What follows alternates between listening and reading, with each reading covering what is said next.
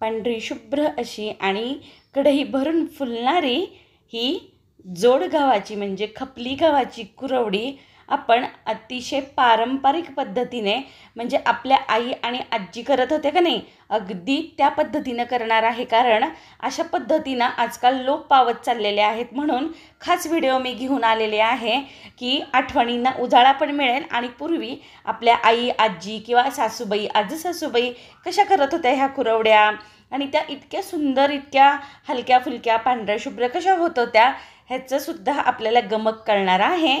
चला तर मग पटकन व्हिडिओला सुरुवात करूया. आणि हो, सर्वांना अतिशय नम्र असं निवेदन आहे, जर तुम्ही अजूनही माझ्या चॅनलला सबस्क्राईब केलं नसेल तर पटकन सबस्क्राईब करा आणि शेजारची बेल घंटा क्लिक करा. त्यामुळे तुम्हाला माझे रोजचे जे व्हिडिओ अपलोड होतात त्याचं नोटिफिकेशन भेटेल. आणि आपली रेसिपी नेहमीप्रमाणे भरपूर टिप्ससहित आहे. चला मग वेळ न घालवता पटकन आपण व्हिडिओला सुरुवात करूया. इथे 2 किलो जोड गहू म्हणजे खपली गहू फक्त 2 दिवस भिजू घातलेत. म्हणजे आज सकाळी भिजू घातले तर त्याचं उद्या सकाळी पाणी काढायचं आणि परवा सकाळी चीक घ्यायचा म्हणजे तिसऱ्या दिवशी सकाळी घ्यायचा. पूर्ण 2 दिवस आपण ते गहू भिजू घातले आणि उन्हात ठेवलेत बरं का. आणि ज्या दिवशी आपल्याला म्हणजे तिसऱ्या दिवशी सकाळी चीक घ्यायचा आहे त्यावेळीची केलेली ही सगळी तयारी आहे. तर खडा मीठ असतं ते आपण गोड तेलामध्ये घालून मिक्स करून घेणार आहोत. इथे आपण घेतलेला आहे खलबत्ता म्हणजे दगडी जो खलबत्ता असतो की नाही त्याच्यामध्ये आपण चीक घेणार आहोत. कारण पूर्वी पाट्यावर वट्ट्यावर चीक घेतला जायचा. आता पाटावर वंटे बऱ्यापैकी नाहीतच, आता घरोघरी खलबत्ते आहेत. म्हणून मग मी म्हटलं खलबत्त्यामध्ये दाखवूयात आपण कशा पद्धतीने हा चीक घेतला जात होता. अगदी सेम प्रोसेस आहे बरं का. नंतर पाण्यासाठी भांडे, चीक गाळण्यासाठी चाळणी, परत डब्याला पांढरा कपडा बांधलेला आहे आणि त्याला आपण सुतळीनं किंवा दोरीनं बांधून घेतलेला आहे. व्यवस्थित असा घट्ट बांधून घ्यायचा आहे. इथं मीडियम साईजचं एक पातेलं घेतलेलं आहे जेणेकरून आपल्याला एका हाताने चीक व्यवस्थित ओतता यावा. कारण आपल्या मदतीला जर कोणी नसेल तर आपण कुणाच्याही मदतीशिवाय हा चीक घेऊ शकतो. आणि तिसऱ्या दिवशी सकाळी मी चीक घ्यायला सुरुवात केली. पहिलं पाणी गव्हावरचं सगळं काढून टाकलं कारण आंबटसर पाणी असतं आणि परत त्यामध्ये दुसरं पाणी घालून घेतलं. आपल्या हाताला पूर्ण तेल आणि मीठ लावून घेतलं. त्याने काय होतं, तेल मीठ लावल्यामुळं तो चिकाची जी तांब असते ना, लाल असते, ती थोडीशी चिकट असते, ते ना हाताला चिकटत नाही आणि भांड्यांना पण चिकटत नाही. जेव्हा भांडे आपण घासू तेव्हा ती भांडी पटकन स्वच्छ होतील आणि जास्त वेळही घेणार नाहीत. म्हणून सगळ्या भांड्यांना हाताला देखील मी तेल आणि खडा मीठ लावून घेतलेलं आहे. पूर्वी काही नाही, सगळ्या पदार्थांमध्ये खडा मीठ वापरलं जायचं. म्हणून ही खडा मीठ वापरण्याची परंपरा पहिल्यापासूनच चालत आलेली आहे. माझी आई आणि सासूबाई देखील ना असं एका वाटीमध्ये खडा मीठ आणि तेलाचं मिश्रण करून घेत होत्या जेणेकरून चिकट भांडे किंवा हात चिकट जास्त होत नव्हता. आणि जेव्हा आपण चीक गाळू की नाही त्यावेळी तांब पण पटकन सेपरेट होत होती बरं का. म्हणजे पहिलं गाळण असतं ना त्यामध्ये भरपूर तांब असते. तर त्यासाठी हे तेल आणि मीठ खूप महत्त्वाचं आहे. आता आपण खलबत्त्यामध्ये त्यामध्ये बसेल एवढं गहू घालून घेतलेलं आहे. थोडंसं अगदी अंदाजाने पाणी घातलेलं आहे आणि ह्या पद्धतीनं आपण सगळा चीक असा वाटून घ्यायचा आहे. खपली गव्हाचा जी वरची कातडी असते म्हणजे वरचं जे कव्हर असतं ना ते एकदम मऊ असं असतं. म्हणजे नॉर्मली जे शेतगहू किंवा लोकवण गहू जे असतात ना आता प्रत्येकाच्या घरोघरी किंवा शेतामध्ये असतात त्या गव्हाची कातडी किंवा ते कव्हर असतं ना जरासं निब्बर असतं आणि त्याला 3 ते 4 दिवस भिजवावं लागतं तेव्हा त्याचा चीक घ्यायला येतो. पण खपली गव्हाचं ना कातडी आणि त्याचं जे कव्हर असतं ना ते खूप असं मऊ असल्यामुळे चीक लगे घेता येतो आणि खलबत्त्यात किंवा पाटावर वंट्यावर लगेच वाटला जातो. तुम्ही पाहताल अगदी 2 ते 3 मिनटामध्ये की नाही असं मी जेव्हा त्याच्यावर खलबत्त्याचा दगड घासला की छान असा चीक रिकामा व्हायला चालू झालेला आहे आणि त्याचं फोलपट बाजूला निघायला चालू झालेलं आहे. जास्त वेळ पण लागत नाही आणि पटकन असं हे चीक घेतला जातो बरं का. पाहताल अगदी 5 मिनटामध्ये छान असा चीक बाजूला झालेला आहे. एकदम पांढरं शुभ्र जेव्हा दिसायला चालू होतं तेव्हा आपण थांबायचं आणि ते सगळं जो मधला चीक घेतलेला आहे तो गोळा करायचा आणि एखादी मोठी परात किंवा पातेलं त्यामध्ये काढून घ्यायचं. आणि नंतर दुसरा गहू त्या खलबत्त्यामध्ये घालून घ्यायची आणि सेम प्रोसेस आपण पूर्ण गहू होईपर्यंत अगदी अर्धा तासाच्या आत सगळं वाटून होतं बरं का. आता आपल्याला वाटेल की खलबत्त्यामध्ये किती वेळ चिक लागेल घ्यायला, पटकन मिक्सरमध्ये घेऊयात. पण ना मिक्सरचा ड्रॉबॅक हा असतो की मिक्सरला जेव्हा आपण गहू घालतो ना त्यावेळेस त्याच्यासोबत ताम पण बारीक झालेली असते. त्या मिक्सरची जी पाती फिरतात ना त्याच्यामध्ये ताम बारीक झाली की गव्हाला लालसर रंग येतो आणि तितकीशी चव लागत नाही जशी खलबत्त्यामध्ये किंवा पाटा वरवंट्यावर आपण चिक घेऊ ना त्या कुरवडीची चव वेगळी असते आणि मिक्सरला आपण चिक घेतल्यानंतर त्याची चव वेगळी असते. ह्याच पद्धतीनं सगळा मी गहू खलबत्त्यामध्ये वाटून घेतला. अगदी 5-5 मिनटं लागले माझ्या सगळ्या गव्हाला वाटायला बरं का. जास्त वेळ अजिबात लागला नाही. तुम्ही पाहताल सगळा गहू वाटून झालेला आहे आणि जसं जसं पाणी लागेल तसं तसं थोडं थोडं पाणी शिंपडत मी तो चिक घेतलेला आहे. जास्त घट्ट जर वाटलं गेलं ना तर चिक रिकामा व्हायला वेळ लागतो, म्हणून थोडं थोडं पाणी मी टाकत गेले. चिक रिकामा व्हायला म्हणजे गव्हापासून चिक वेगळा व्हायला वेळ लागतो, म्हणून थोडं थोडंसं पाणी टाकत गेले आणि पातळसर असं जेव्हा वाटतो ना तेव्हा चिक पटकन रिकामा होतो. आणि सगळं खलबत्ता वगैरे धुवून घेतला मी. त्या परातीमध्ये पाणी घातलं तांब्याभर, सगळं छान असं ते मिक्स करून घेतलं आणि चुरलं जरा हाताने जेणेकरून चिक छान असा रिकामा होईल. आणि ह्या पद्धतीने हाताने पिळून सगळा चिक बाजूला केला. तुम्ही पाहताना ह्या प्रोसेसला जर आपल्याला कोणी मदतीला पण नसेल ना तरी पण आपण एकटं पण करू शकतो बरं का. आणि जर असेल कोणी मदतीला तर एकदम चांगलं, म्हणजे खूप पटकन होतात ह्या गोष्टी. एक जणीनं पहिलं पिळलं, एक जणीनं दुसरं पिळलं तर पटकन होऊन जातं. आणि जरी नसेलच ना तरीही काही फरक पडत नाही, छान येतो करता, व्यवस्थित करू शकतो आपण या पद्धतीने केल्यानंतर. आणि चिक कधी पण पहाटे किंवा रात्री असाच घ्यायचा, दुपारी उन्हाचा अजिबात घ्यायचा नाही बरं का. मी मीडियम साईजचं पातेलं एवढ्यासाठी घेतलं होतं, हे पाहताल तुम्ही, की आपल्याला पटकन असा चिक ओतता यावा आणि त्याच्यावरती चाळणी व्यवस्थित बसावी.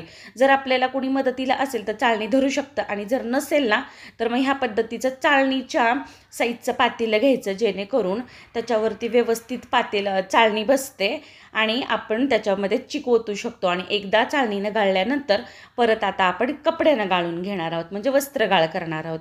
ह्या पद्धतीने हे बघा कपड्यावरती चाळणी ठेवायची आहे आणि असा चिक ओतून घ्यायचा आहे.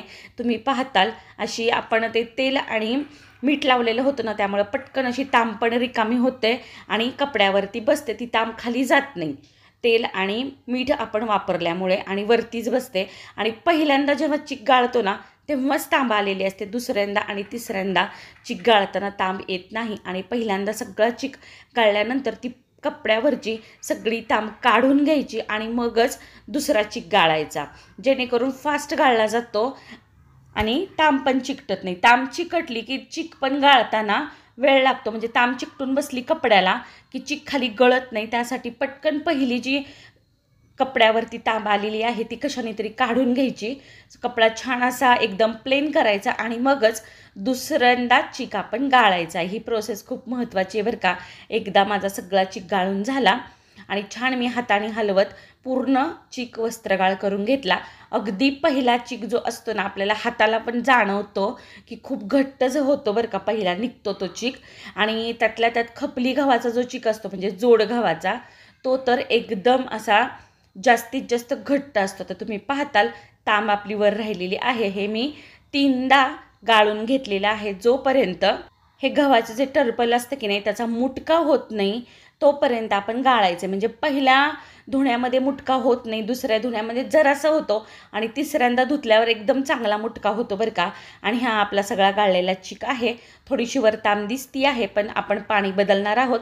रात्री आपण एकदा पाणी बदलायचं आणि त्याच्यात दुसरं पाणी घालायचं जेणेकरून सगळी तांब निघून जाते आणि सकाळपर्यंत सगळा चिक निवळतो आणि पांढरा शुभ्र होतो. आणि चिक भिजल्यानंतर देखील बरं का खूप छान कुरवडी फुगते. आणि आपण काय केलेलं आहे ह्याच्यामध्ये एक छोटासा तुरटीचा तुकडा टाकलेला आहे जेणेकरून तांब सगळी निवळून वर यावी जरी गेलेली असेल मध्ये तर. असं करण्याने देखील छान अशी तांब वरती निघते, खाली पांढरा शुभ्र चिकाची पापडी बसते आणि आपल्या कुरवड्या एकदम पांढऱ्या शुभ्र होतात. दुसऱ्या दिवशी सकाळी ना वरचं जे पाणी आलेलं होतं ते सगळं आपण काढून घेतलं एका भांड्यामध्ये. आणि माझं एक पूर्ण भांडं भरलं होतं आणि अर्धं नंतर पातेलं. आणि जो खालचा चिक होता का नाही तो देखील मी पूर्ण असा पातेल्याने मोजून घेतला. तुम्ही पाहताल अगदी घट्ट असा चिक राहिलेला आहे आपला खाली. आणि आता हे इतका जो चिक आलेला आहे ना, तो चिक आता एकटीला हटणं शक्य नाही आहे. मग त्यासाठी काय करायचं, एकदा हा चिक मोजून घ्यायचा सगळा आणि ह्या चिकाचे 2 भाग करायचे बरं का, म्हणजे आपल्याला व्यवस्थित असं हटता येईल म्हणून.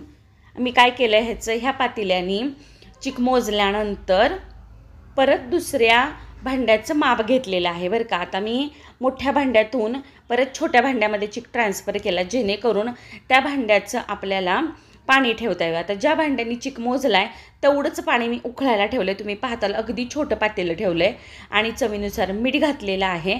पाण्याला उकळी आली की आता आमच्या घरामधले माझ्या जाऊबाई आल्या जरासं धरू लागायला.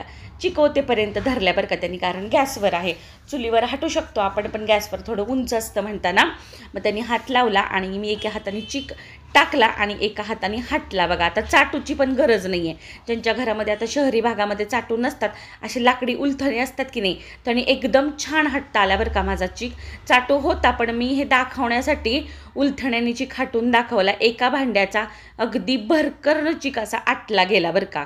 जर तुम्ही सगळं घातलं असतं का नाही चिक, तर आपल्या गॅसची फ्लेम छोटी असते, चुलीसारखा आर किंवा चुलीसारखा जाळ लागत नाही, त्यामुळे चिक आटायला वेळ लागतो आणि तोपर्यंत गाठी होतात. म्हणून मी काय केलं, छोट्या भांड्याचं मेजरमेंट घेऊन जेवढा चिक होता तेवढं पाणी उकळत ठेवलं. 1 ग्लास पाणी मी काढून घेतलं होतं त्यातलं पण, आणि चिक घातला. चिक आळला की मी पाहिलं अंदाज घेऊन की थोडासा मला घट्ट वाटला. मग मी जो ग्लास पाण्याचा भरून काढला होता ना गरम पाण्याचा, तो ग्लास मी घालून घेतलं तेवढं पाणी, म्हणजे बरोबर एका भांड्याला 1 भांडं पाणी लागतंच. आणि छान असे गहू आपले भिजलेले होते, चिक भिजलेला होता, त्यामुळं आपल्या कुरवड्या पण एकदम अशा फुलतात बरं का.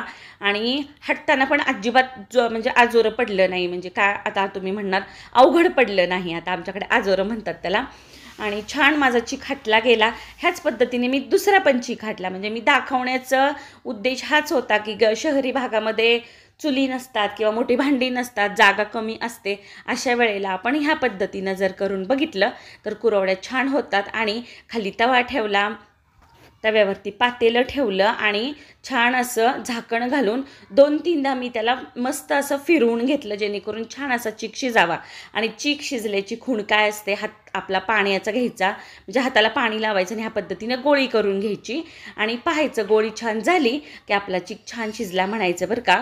आणि तुम्ही पाहताल अगदी व्यवस्थित असं मेजरमेंट पाण्याचं झालं, घट्ट नाही पातळ नाही, आणि अगदी पांढऱ्या शुभ्र अशा आपल्या कुरवड्या झालेल्या आहेत. आता आपल्याकडं धोतर नसेल किंवा पॉलिथिन पेपर नसेल तर काय करायचं, आपले पोळपाट असतात ना, ते स्वच्छ धुवून घ्यायचे.